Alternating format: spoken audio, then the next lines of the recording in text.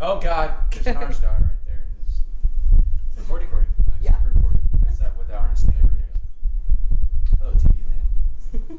So, this evening, Cars Explained wants to discuss a subject very personal to us regarding responsible dog ownership and specifically the myth about the Pit Bull Terrier.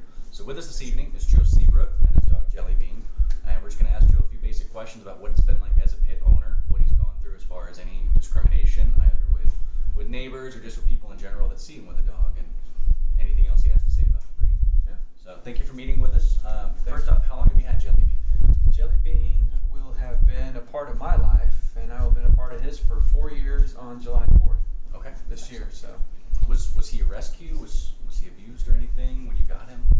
his story is a little unknown. The people that found him, he was being fostered. He was tossed. The best we know, he was tossed down the side of the road. We say tossed because he was found walking I-35 in the middle of nowhere. So it didn't just get there from a house. No. He actually had to be dumped. So people that were fostering him took him in, gave him some love, took him to the vet, got him checked out. He was estimated about 16 to 18 weeks old when they got him. I ascertained him through a friend who knew I'd actually been researching pit bulls prior to the adoption of Jelly Bean for about 2 years. And I, like everybody else, only knew in regards to pit bulls what the news media had been feeding me, the negativity, the stereotypes. I'm like, come on, these dogs, bless you, can't be that bad. I mean, surely not.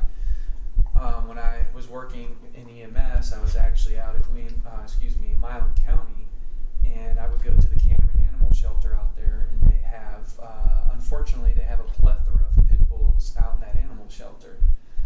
And I would go out there on the weekends because there was no one taking care of the dogs. I would go out and see the dogs, put water in their bowls, give them some food, and actually interact with the pit bulls through the cages. And every single one of them was just as sweet as could be and just wanted to be loved. I'm like, man, why is these dogs having such a bad name?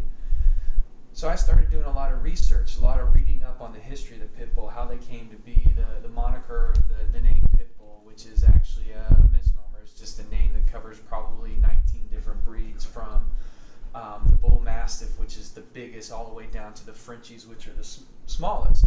Jelly Bean here is what they call American Pit Bull Terrier, so he's about mid-range. He's full grown. The males only get to 60 pounds. Okay. Females are about 45 pounds, and he currently sits at 54, but he exercises, so he's good. He's all muscle. But Quick question on the subject of breeding. Would you say there's a lot of mixed breeds that are just kind of lumped in and just called pit bulls regardless of what they might actually be? Absolutely, and the news media is fantastic about that. Any dog that they see that has caused trouble automatically gets said it's a pit bull.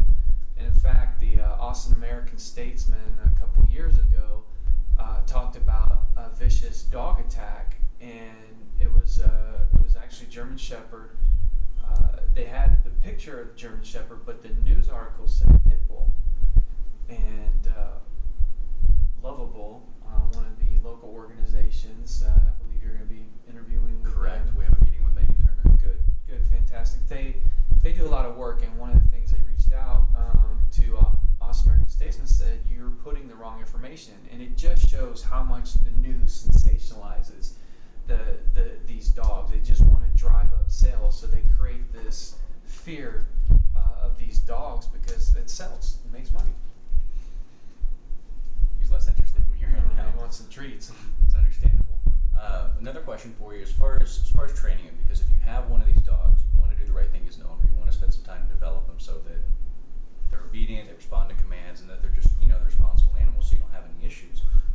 How much time do you think you had to spend, a week, month, however you want to categorize it, with Jelly in training to get him where he is now, which is pretty responsive? Sure.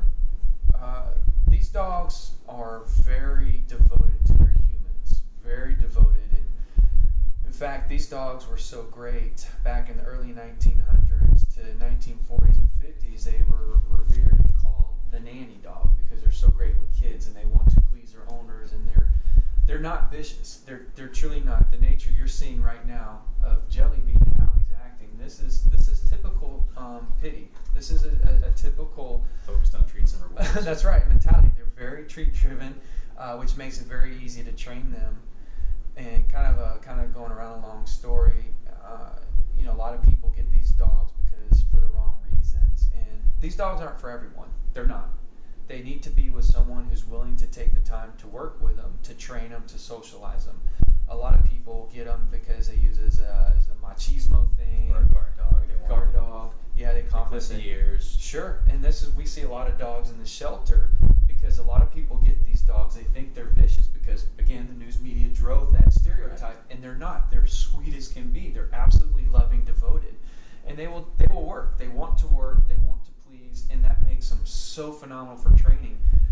But that very key thing about them is also their downfall. Because they want to please, they wind up being trained to fight and do all the things, the negative stereotype. And I know it's kind of a long story around what you asked. The question is that when I got Jelly Bean, I made a conscious decision. Well, I wanted a pit bull. I knew what I was getting into when I adopted him. And I knew the work it was going to take. I knew the stereotype. And one of my key things was I wanted to prove to society that these are great dogs, that they're really phenomenal dogs. So when from the time I adopted him, his training started. And training never stops. It never, ever stops with these dogs, or any dog anyways. I mean, if you want a dog properly trained, you work with them until the day they pass on and leave us. It's just continual. And they need to be socialized. Correct. They've got to be out in the public's eye. They've got to see public. They've got to be around people. They need to be around children. They need to be around other animals so that any of that... they understand how to behave in those environments. Exactly. I would take him to Home Depot with me. He goes to Lowe's, PetSmart, anywhere that would allow Lots of public outings and lots of... Absolutely. Your choice of name as well was also kind of in line with that mindset as far as making him disarming. Correct? Exactly. Yes. So one of the things I wanted him to do was to ultimately become a therapy dog and work with children. And children kind of have a natural tendency to be scared of dogs anyways, right? So I didn't know how big he was going to be because he's a rescue. So I thought, how fun would it be to give him a name that would be disarming, hopefully, to kids, and make them less afraid to come up and pet him. And one of the things I want to do is work with autistic children, so I named him Jelly Bean, which has led to just a plethora of nicknames: Jelly, JB, Bean, on and on. So, but it actually has worked very well because there's a lot of kids in the neighborhood when we're out in public, at Home Depot especially. They see him, they think he's cute, they want to pet him, but they're not sure. And I say, his name's Jelly Bean, and they go, Jelly Bean. They start laughing and forget, and they just love all over him. And it's been very beneficial. And he's a good ambassador for the breed. He's just very loving and just very calm and just sweet as can be, and a great smuggler. But training, again, to your question, I would work 20 to 30 minutes a day every single day with him for the first year, and then it tapered off to a few times a week. And now it's we still work on his training. We still do hand commands. I mean, I got his bag of treats here. I still cook chicken for him as his treats. Oh, excuse me, goodness gracious. A little gassy. Give it up, yeah, a little gassy. And we're always trying to do things to further improve, but it's nice to be out in public with him and to walk through Home Depot and people go, wow, what a well-behaved dog. Because he'll sit, I'll leave him, I'll make him sit, and I'll walk off up to the other end of the aisle, and he will stay and not leave. And that's a fantastic thing, and you just don't get that with every breed. Right. This is a very special breed, and again, they only belong. It sounds like you really get what you put into it with the dog. You do. It's honestly, it's like a relationship. It's truly like any relationship. You get out of it what you put in it. Understand. In closing, is there anything else you'd like to say, comments on the breeds, or comments to people out there that either maybe haven't had the same exposure to the pit bulls, or maybe they're thinking about getting one? What, if anything, would you like to say? Make sure the dog is spayed and neutered. It's very frustrating when people come up to me, and I hear it a lot through other friends who have bulls. The first thing they ask, "Oh, is he fixed? I like to breed him. I love that dog. I want to breed him." It's like, no, there's plenty of dogs that need homes. Don't adopt. Don't go for a breeder. Overbreeding is kind of a reason we have so many in the animal shelters. That's right, and it's very hard to get these dogs. If you're getting this dog, know what you're getting into. Read a lot about them. Read about their history. Understand and remember. What you do with this dog out in the public's eye really affects their future, because there's still bills trying to be passed that will ban this breed everywhere. Okay. Places such as Colorado, you can't go to Colorado with a pity. They put them down instantly. There is no questions. They take them, they put them down. And it's those kind of discrimination laws that are just absolutely absurd. We're punishing the wrong thing. We're punishing the breed of dogs when it's the owner Correct. that should have the owner. what people need to remember. You're the owner.